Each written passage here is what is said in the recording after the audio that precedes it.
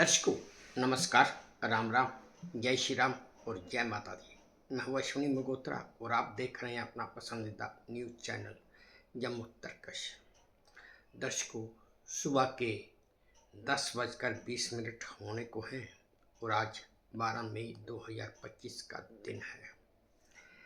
अब से तकरीबन 2 घंटे और 10 मिनट के बाद तकरीबन 1 घंटा और 40 मिनट के बाद पाकिस्तान के डीजीएमओ और भारत के डीजीएमओ के बीच हॉटलाइन पे बातचीत शुरू होगी।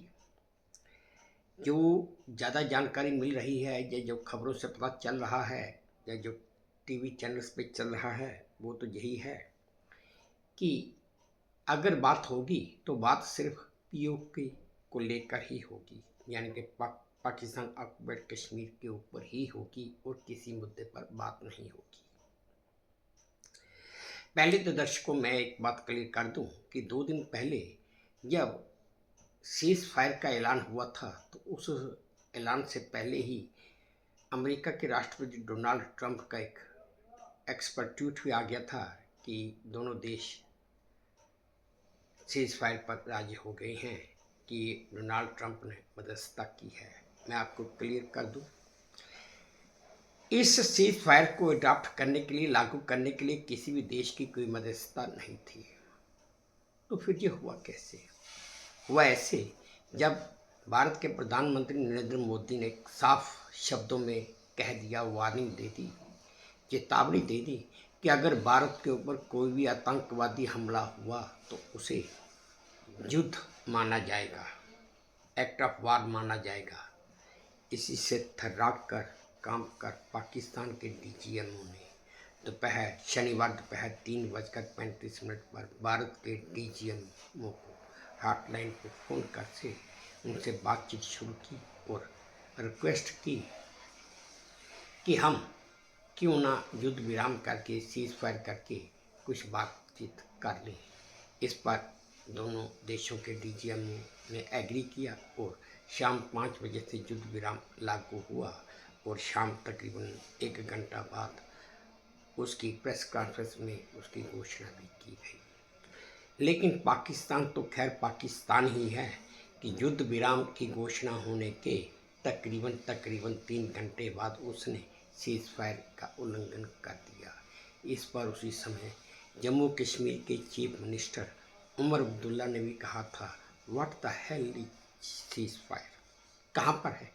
पाकिस्तान ने तो इसका उल्लंघन कर दिया। इसी बात से आप अंदाज़ा लगा सकते हैं कि क्या पाकिस्तान भरोसे के काबिल है। चलिए दर्शकों, ये तो राजनीति की बातें हैं। राजनीति की बातें तो आगे भी होंगी, क्योंकि आज की जो बातचीत होने वाली है, इससे पहले मैं ये बता दूं, ये सीज फायर लागू होते ही, सीज फायर की घोषणा होते ही कुछ लोगों के चेहरे पर मायूसी भी छा गई कि मोदी ने क्या किया। मैं अपने इस चैनल के माध्यम से सबको बताना चाहता हूँ कि मोदी मोदी है। उसने अगर भारत की आर्मी को, भारत की फौज को, तीनों सेनाओं को खुली छूट देकर रखी है तो इसका मतलब ये नहीं कि वो मोदी का सर झुकने देंगे या भारत का सर झुकने देंगे। वो आर्मी के बड़े ऑफिसर्स हैं, उन्होंने दुनिया देखी हुई है और एक नहीं बड़े युद्ध भी देखे हुए हैं, उनका अपना तजुर्बा है। हर एक आदमी का अपने अपने फील्ड में एक अलग तजुर्बा, अलग एक्सपीरियंस होता है। आज की बात जो होनी है वो होगी पाकिस्तान ऑक्युपाइड कश्मीर को लेकर। 1 मिनट के लिए चलिए मान लेते हैं कि अगर पाकिस्तान ऑक्युपाइड कश्मीर के ऊपर कोई रजामंदी नहीं बनती है तो दूसरा ऑप्शन भारत के पास क्या होगा?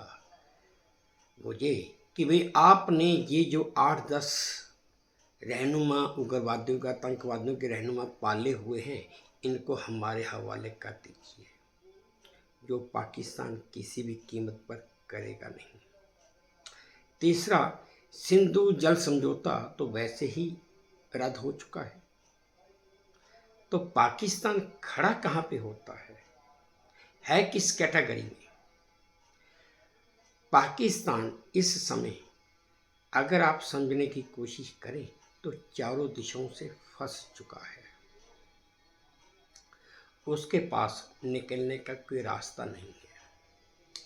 चलिए 1 मिनट के लिए मानकर चलते हैं, मैं ये कहता हूँ कि पाकिस्तान ऑक्युपाइड कश्मीर के ऊपर कोई बात नहीं हुई। भारत तो कहेगा कि आप एक काम कीजिए, ये जो आपके 8-10 आपके रहनुमा हैं इनको हमारे हवाले कर दीजिए, और पाकिस्तान किसी भी कीमत पर उसके लिए तैयार नहीं होगा। अगर वो तैयार होता है तो पाकिस्तान की जनता ही खुद अपनी आर्मी को कच्चा खा जाएगी। ये तो आप भी मानते हैं। शनिवार को एक खबर और भी वायरल हो रही थी कि पाकिस्तान की आर्मी ने शहबाज शरीफ को साफ कह दिया है कि आप घर में बैठो, हम आपकी बात नहीं मानेंगे। उसी के बाद सीज फायर का उल्लंघन शुरू हुआ था। अब आप दर्शकों ये बताइए, उसके बाद भारत ने चिनाब नदी के सलाल बांध के सारे गेट खोल दिए ताकि जितना पानी है हमारे पास तो है ही है, आप ना प्यास से मर जाओ, हम आपको पानी पिला पिला कर मारेंगे, प्यास से नहीं मरने देंगे। पाकिस्तान में बाढ़ जैसे हालात पैदा हो गए। दूसरी तरफ बलोच आर्मी ने, बलोच लिबरेशन फ्रंट ने पाकिस्तान आर्मी के अंडर के कब्जे में जो 2 कस्बे थे उनको अपने कब्जे में ले लिया और पाकिस्तान की आर्मी को वहाँ से मार मार कर खदेड़ दिया। पाकिस्तान तो खुद अपने घर में ही फंसा हुआ है, वो भारत तो किसी दूसरे मुल्क से क्या युद्ध करेगा। दर्शकों मैं आपको यही बता दूँ। खैर आज की बात तो होगी, जहाँ तक मैं समझता हूँ, जहाँ तक मैंने प्रधानमंत्री नरेंद्र मोदी की नीतियों की स्टडी या समझने की कोशिश की है या पढ़ा है, उसके मुताबिक पाकिस्तान को पाकिस्तान ऑक्युपाइड कश्मीर वापस देना ही होगा, कोई चारा और नहीं है। मोदी ने तो साफ बोल दिया कि अगर वहाँ से एक गोली चलेगी तो जहाँ से गोला जाएगा गोली नहीं जाएगी। आप सब इस बात से अच्छा खासा अंदाजा लगा सकते हैं। एक बात और कहना चाहूँगा, ये मई 2025 का ये जो थोड़े दिन का 2-3 दिन का जो युद्ध था, ये भी एक युद्ध गाथा ही बनेगी। ऑपरेशन सिंदूर के नाम से ये एक युद्ध गाथा ही बनेगी। वो 1971 का दिन था, 1971 का साल था जब पाकिस्तान आर्मी ने सरेंडर किया था। इसके साथ दर्शकों में एक बात वो जोड़ना चाहूँगा कि पिछले 2 दिन से एक कांग्रेस का बहुत बड़ा एक पोस्टर वायरल हो रहा है, इंदिरा बनना आसान नहीं।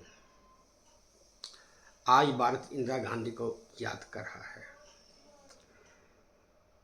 कांग्रेसियों आप ठीक कहते हैं कि इंदिरा बनना आसान नहीं, क्योंकि इंदिरा जैसी गलतियां करना भी आसान नहीं। आसान मतलब ऐसी गलतियां करना कोई ठीक नहीं। मसलन मैं एक ही उदाहरण दूंगा, वो ये 1971 में जब पाकिस्तान आर्मी ने सरेंडर किया था तो इंदिरा गांधी ने बांग्लादेश बनवाया। भाई अगर तुमने उस समय बांग्लादेश बना दिया तो पाकिस्तान पीओके ऑक्युपाइड कश्मीर वापस ले लो, तुमने वो भी नहीं किया। जो अपने युद्धबंदी थे तुमने उनको भी वापस नहीं लिया, सिर्फ बांग्लादेश बनाकर छोड़ दिया। ऐसा क्यों?